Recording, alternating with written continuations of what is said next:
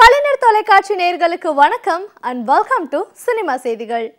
இந்த வாரமோ சினிமா செய்திகள் நிகழ்ச்சியில தமிழ் சினிமால கடந்த சில தினங்கள்ல நடந்த பட பூஜைகள், பத்திரிகையாளர் சந்திப்பு, இசை வெளியீட்டு விழா, ஷூட்டிங் ஸ்பாட் இதை எல்லாத்தையுமே காட்சிகளா பார்த்து ரசிக்கலாம்.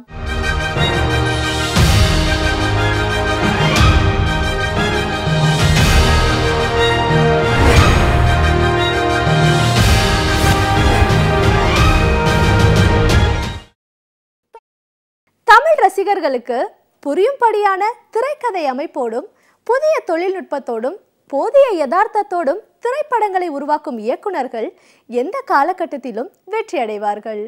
இயக்குனர் பி. வாசு கடந்த 25 ஆண்டுகளாக தமிழ், தெலுங்கு, கன்னடம், மலையாள மொழிகளில் பல வெற்றி படங்களை தந்தவர். இவர் இயக்கத்தில் ஏப்ரல் 14ஆம் தேதி வெளிவர இருக்கும் திரைப்படம் சிவலிங்கா. இந்த படத்தில் என்னென்ன சிறப்புகள் இருக்கின்றத பார்ப்போம். இது ஒரு ஃபுல் அண்ட் ஃபுல் என்டர்டெயின்மெண்ட்டு. கோடை விடுமுறைக்கு இந்த படம் குழந்தைங்களுக்கு ஒரு மிகப்பெரிய ஒரு சந்தோஷமான படமாக இருக்கும்.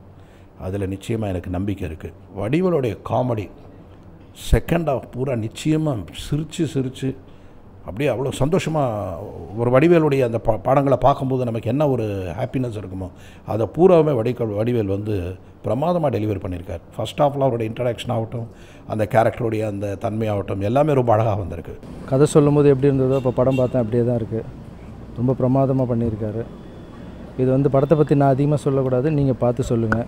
இந்த படத்தில் மெயின் ஹீரோ அப்படின்னு பார்த்தீங்கன்னா ரித்திகா சிங் தான், ஹீரோயினி தான், சூப்பர் கேரக்டர். அதுக்கப்புறம் வடிவேல் சார் செகண்ட் ஹீரோ, அப்புறம் சக்தி ஒரு நல்ல கேரக்டர் பண்ணியிருக்காரு. இந்த படம் அவருக்கு மிகப்பெரிய ஒரு லைஃபாக இருக்கும்னு நான் நினைக்கிறேன். இந்த படம் கன்னடத்தில் ஒரு மிகப்பெரிய படமாக அமைஞ்சது எனக்கு. சிவராஜ்குமார் சாரும் நானும் தான் ஆக்ட் பண்ணோம் கன்னடத்தில்.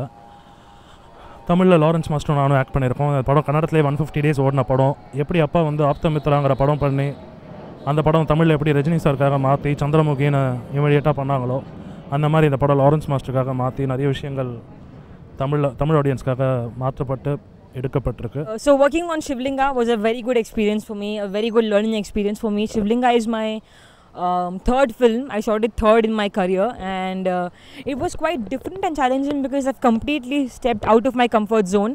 So I hope that you guys like it as much as I do. என் பேர் சாரா தேவா. நான் சிவலிங்கா படத்தில் இன்னொரு ஹீரோயினாக பண்ணியிருக்கேன், சக்திக்கு பேரா. சக்தி ஒரு முஸ்லீம், நான் ஒரு பிராமின் கேர்ள், ஹிந்து. ஸோ எங்களுக்குள்ளே இருக்கிற லவ் சீக்வன்ஸ் என்ன, அப்புறம் அப்பா பொண்ணுக்கு எனக்கும் ராதா ரவி சார், அப்பாவா எனக்கு ராதா ரவி சார் பண்ணுறாரு. ராதா ரவி சாருக்கும் எனக்கும் ஒரு அந்த அது ஒரு அன்பு, அது என்ன அப்பா பொண்ணுக்கு இருக்கிற ஒரு ட்ராவல். அண்ட் தென் லாரன்ஸ் சாருக்கும் எனக்கும் பார்த்திங்கன்னா சக்தியை பேஸ் பண்ணி ஒரு ட்ராவல் போயிட்டே இருக்கும் படத்தில். எனக்கும் சக்திக்கும் ஒரு சாங் இருக்குது. சாங் இட்ஸ் கால் சாரா சாரான்ற சாங், நீங்கள் கேட்டிருப்பீங்கன்னு நினைக்கிறேன். நான் மீரா பி. சிவலிங்கா படம் என்னோடய ஃபர்ஸ்ட் படம். நான் இதில் சக்தியோட அம்மாவாக நடிச்சிருக்கேன். இவ்வளோ பெரிய டீமோட ஃபர்ஸ்ட் படமாக வந்திருக்கிறது என்னோட ஒரு லக்குன்னு சொல்லலாம். ஏப்ரல் 14 மிக பிரம்மாண்டமாக உலகமெங்கும் வெளியிடுகிறோம்.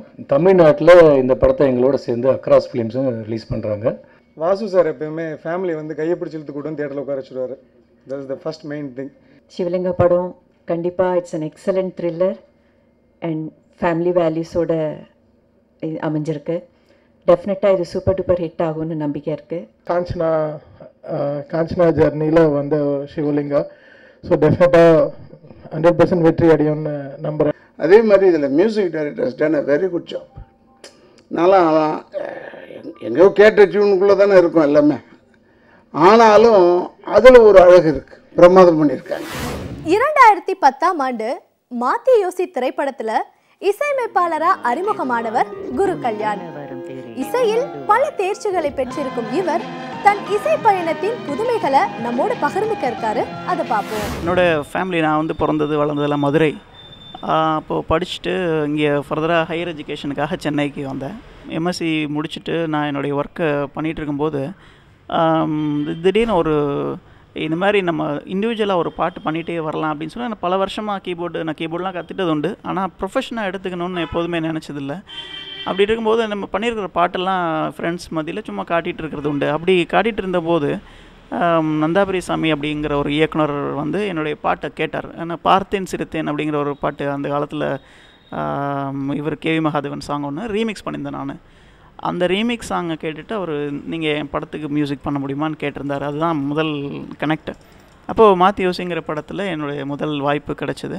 அது மாதிரி ஒரு நல்ல ஒரு லான்ச்சாக மாத்தியோசி வந்து இன்றைக்கும் வந்து மாத்தியோசின்னு சொல்லும்போது ஒரு சின்ன ரெகக்னிஷன் எனக்கு அது மூலிமா வந்துட்டு. 1980ஆம் ஆண்டு ரஜினிகாந்த் அவர்கள் நடித்த திரைப்படம் காளி. இந்த படத்தின் தலைப்பை இப்போ பயன்படுத்தி விஜய் ஆண்டனிய ஹீரோவாக வைத்து இயக்க இருக்காங்க கிருத்திகா உதயநிதி. இந்த படத்துக்கு இசையமைத்து தயாரிக்க இருக்காரு விஜய் ஆண்டனி. செஞ்சிட்டாலே என் காதல. இன்றைய ட்ரெண்டியான இளைஞர்களும் இளம் பெண்களும் காதலுக்கு கொடுக்கும் முக்கியத்துவத்தை ராஜ்பரத் இசையில ஹீரோவா நடிச்சு இயக்கியிருக்காரு எழில்துரை. இந்த படம் கடந்த வெள்ளிக்கிழமை வெளிவந்தது. என் பேர் எழில்துரை, செஞ்சிட்டாலே படத்துடைய இயக்குனர், கதாநாயகன். செஞ்சிட்டாலே என் காதலை இது வந்து இன்றைக்கி இருக்கிற ரிலேஷன்ஷிப் இஷ்யூஸு, பிரேக்கப் இந்த மாதிரியான விஷயத்தை பேஸ் பண்ண ஒரு யதார்த்தமான படம் இது. என்னோடய பேர் வின்சென்ட். ஏன்னா நீங்கள் வந்து கயல் படத்தில் பார்த்துருப்பீங்க. இப்போ நான் 2வது படமாக செஞ்சிட்டா என் காதலை அப்படின்னு சொல்லிட்டு இந்த படம் பண்ணிகிட்ருக்கிறேன். இந்த படத்தில் நானும் அவரோட ஹீரோட ஃப்ரெண்டாக ஒரு கேரக்டர் பண்ணிக்கிறேன். நான் மதுமிலா. செஞ்சிட்டாலே என் மூவியில் அனுவா நான் பண்ணியிருக்கேன். என்னோட அனு கேரக்டர் வந்து எனக்கு வந்து இது லீடாக ஃபர்ஸ்ட் மூவி. அண்ட் இது கேஷுவலான ஒரு லீட் கேரக்டர் கிடையாது, கொஞ்சம் வித்தியாசமாக இருக்கும். டோரா நயன்தாராவை முன்னிலைப்படுத்தி உருவாக்கப்பட்டிருக்கும் திரைப்படம். ஹிந்தியில் 30 படங்களுக்கு மேல் தயாரித்த பூஜா என்டர்டைன்மெண்ட் யுவன் சங்கர் ராஜா இசையில் சக்ரி டோல்டி இயக்கத்தில் நயன்தாராவை ஹீரோயினா வைத்து கொலை எதிர்காலம் திரைப்படத்தை தயாரிக்கிறாங்க. Abhishek films and Pooja entertainment ஜாயிண்டாக சவுத்தில் படம் பண்ணணும் அப்படி டிசைட் பண்ணி படம் ஸ்டார்ட் பண்ணியிருக்கோம். வெகு விரைவில் மிக பிரமாண்டமான திரைப்படங்கள் தமிழ்லையும் மலையாளையும் சவுத்துலையும் தயாரிக்கிற ஒரு முடிவெடுத்து சில ப்ராஜெக்ட்ஸ் போயிட்டுருக்கு. அதோட அனௌன்ஸ்மெண்ட்ஸ் வெகு விரைவில் வரும். Tamil industry is basically South industry, and out of my 31 movies, I have made almost 8-9 South Indian movies. And South is a very good part of I started my career with Coimbatore and Bangalore selling saris also. So sometimes the South connection is there. Like I have made 6 movies with my son, and my first movie of my son, it's in Tamil. He's going to come in Mohini. Very small role. So maybe some connection is, that's why people come here. நடிகர் அஜித் குமார் முதல் முறையாக ஃபிட்டாக 6 பேக்குக்கு உண்டான உடல் தோற்றத்தோடு நடித்து விரைவில் முடிய போகும் திரைப்படம் விவேகம். பல்கேரியாவில் அதிக நாட்கள் படமாக்கப்பட்ட இந்த படத்துல அஜித்க்கு வில்லனா நடிக்கிறாரு விவேக் ஓபராய். செய்தி என்னன்னா, அஜித்தின் பிறந்த நாளான மே 1ஆம் தேதி விவேகம் படத்துடைய ட்ரெய்லரை வெளியிட இருக்காங்க. ராஜ்கிரண் போல் கதைக்கு நாயகனா விருதாச்சலம் படத்துல ஹீரோவா அறிமுகமாயிருக்காரு விருதகிரி. குடும்ப உறவுகளின் சிறப்பை படமாக்கியிருக்காரு இயக்குனர் ரத்தன் கணபதி. இந்த படமும் கடந்த வெள்ளிக்கிழமை வெளிவந்திருக்கு. என்னோட பேர் ரத்தன் கணபதி. நான் விருத்தாச்சலம் படத்தோட டைரக்டர். இது என்ன மாதிரியான படம் அப்படிங்கிற மாதிரி ஒரு ஐடியாவுக்கு சொன்னால், ஒரு ராஜகிரண் சாருடைய ராசாவின் மனசில், அரண்மனை கிளி அந்த மாதிரியான படங்கள், அதற்கடுத்து இப்போ சமீப காலங்களில் வந்ததில் பார்த்திங்கன்னா ஒரு பருத்தி வீரன், இதெல்லாம் சொல்லலாம். ஸோ இது மாதிரியான ஒரு ஸ்டைல் ஆஃப் ஸ்கிரிப்ட் இது.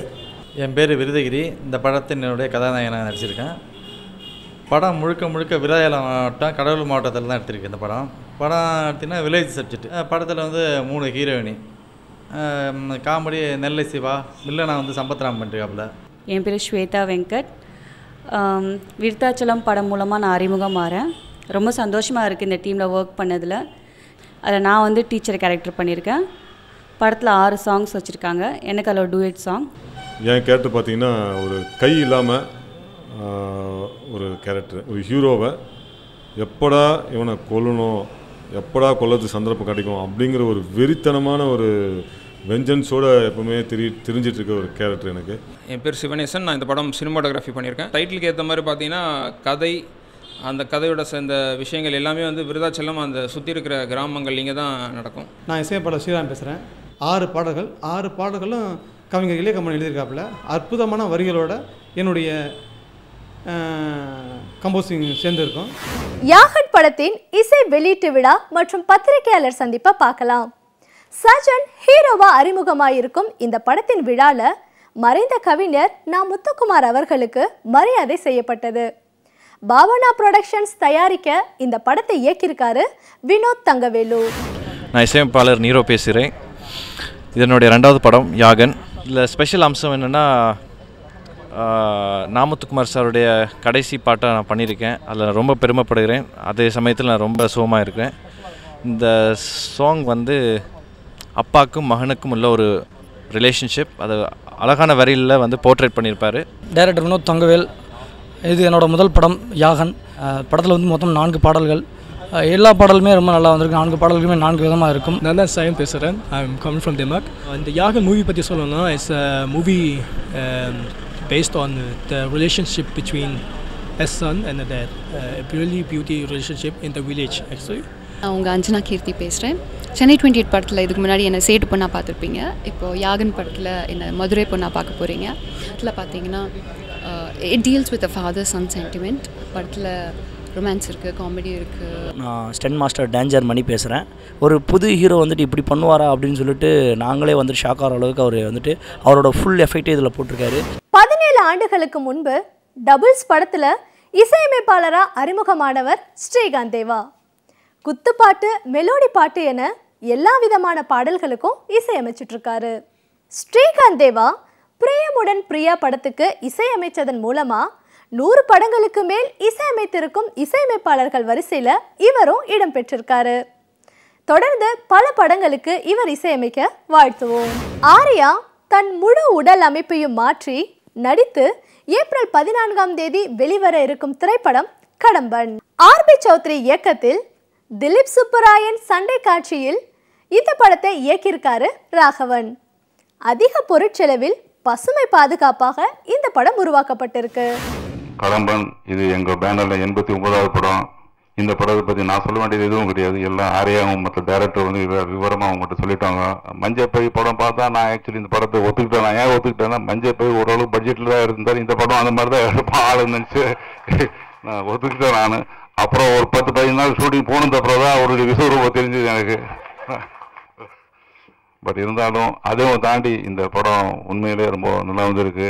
ஃபஸ்ட்டு நான் எல்லாரும் தேங்க்ஸ் சொல்லணும்னா அந்த கிரெயின் மேன் கேரன் மீன்ஸ் இதெல்லாம் ஜிம்மி ஜிப்பு கோடாலாம் கொண்டு போகுது. ஏன்னா ஒரு ஷூட்டிங் ஸ்பாட் போனோன்னா 1 hour மழைக்கு ஏற வேண்டியதாக இருக்கும். டெய்லி அதெல்லாம் அவங்க தூக்கிட்டு மேலே போய் இவ்வளோ கஷ்டப்பட்டு நைட் ஈவினிங் ஷூட் பேக்கப் பண்ணோடனே மறுபடியும் கொண்டு வந்து கீழே வைப்பாங்க.